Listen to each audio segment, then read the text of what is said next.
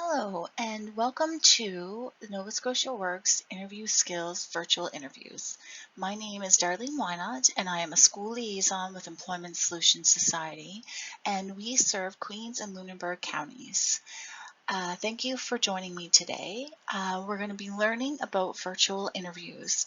In the new world of COVID-19, processes must be done differently, and this includes interviews for employment. I hope you took advantage of our Job Preparation Basics webinar. This gave you the basics of what you should do for any interview. This webinar will focus specifically on virtual interviews and providing tips to help you prepare for your virtual interview. Tip 1. Find a space that is appropriate to have your interview. This means there should be nothing inappropriate on the wall. A blank wall would be best, but a nicely decorated wall would do as well. There should be no chance of interruptions. You know what I'm talking about. Parents, kids, pets, partners, aliens, etc. And if you have that running around, you may have an alien problem. If you are going to use a digital background, make it plain. Nothing animated, nothing that will overwhelm your computer and make it hard to see you, because it'll look like the background is trying to suck you in.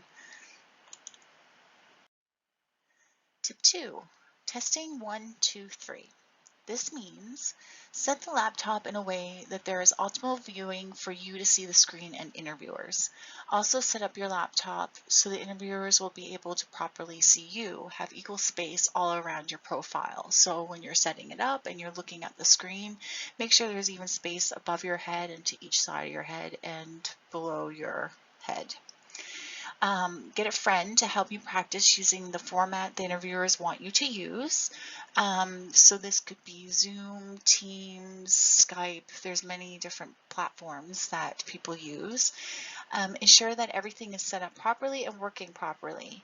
Your friend can be on one device and you be in the room you have set up and on the device that you'll be using the day of the interview. This will allow you to work out any kinks. Tip 3. What to do and not to do when you are in the interview. This means be aware of your body language you are projecting. Remember, the interviewers can still see you.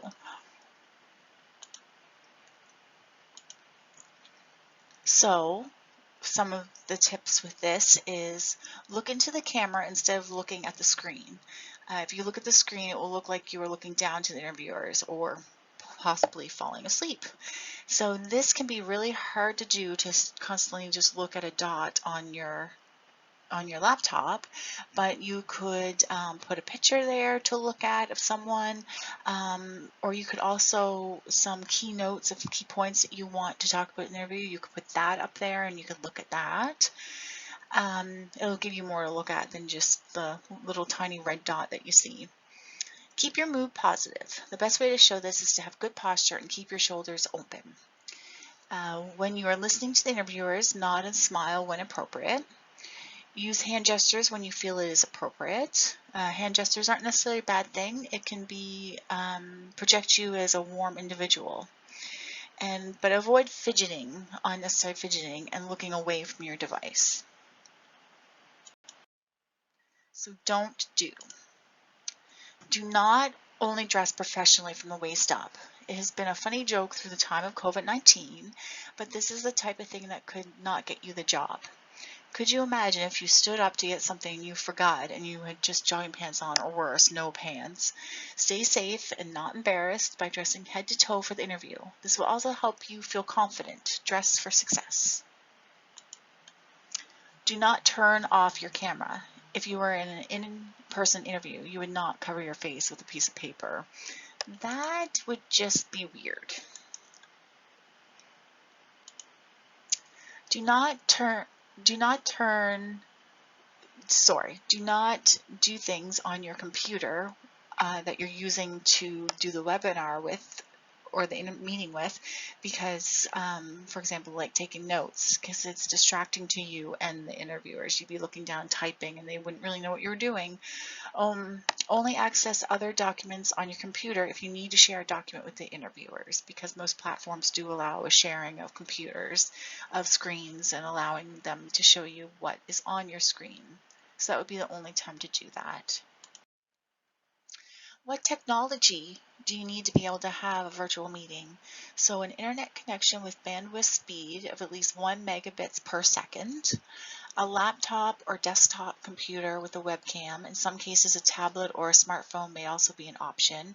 And if you have an older laptop that maybe for some reason doesn't have a webcam, or you have a desktop, you can buy webcams that can go on top of the monitor. Headphones with a built-in microphone or headphones with a separate microphone. If you're in a quiet space and there will be no external noises, this wouldn't be necessary. You should be fine. If you don't have these requirements, you can visit your local Nova Scotia Work Center and they can help you get set up for a virtual interview because they have the tech there. So what to expect in a virtual interview. There will probably be more than one interviewer. This would be called a panel of interviews. If you want to know more about panel interviews, please refer to the webinar in this series that we have done. The interview process will be the same as if it were an in-person interview. If you want to learn more about the basics of interview preparation, again, you can refer to the webinar in this series. You can still show enthusiasm and arrive early. Depending on the platform the interview uses, you can be waiting in a lobby until the interviewer is ready, or you could be on the screen, but you may be the first one there. Both of them are okay to do. It shows that you're early and you're keen and that you're ready to go. There is always a chance that something could go wrong with the technology while you're in your interview. If this happens, stay calm and evaluate the situation, because it happens and the interviewers would understand. See if it is on your end and if you can fix it. If not, it may be on their end and they will have to fix it.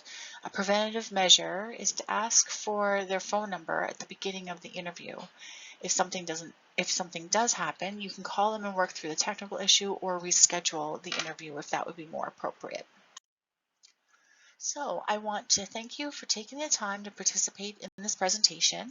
I hope you learned something new about virtual interviews, and I wish you luck on your next interview, whether it be virtual, over the phone, or in person. Thank you, and have a good day.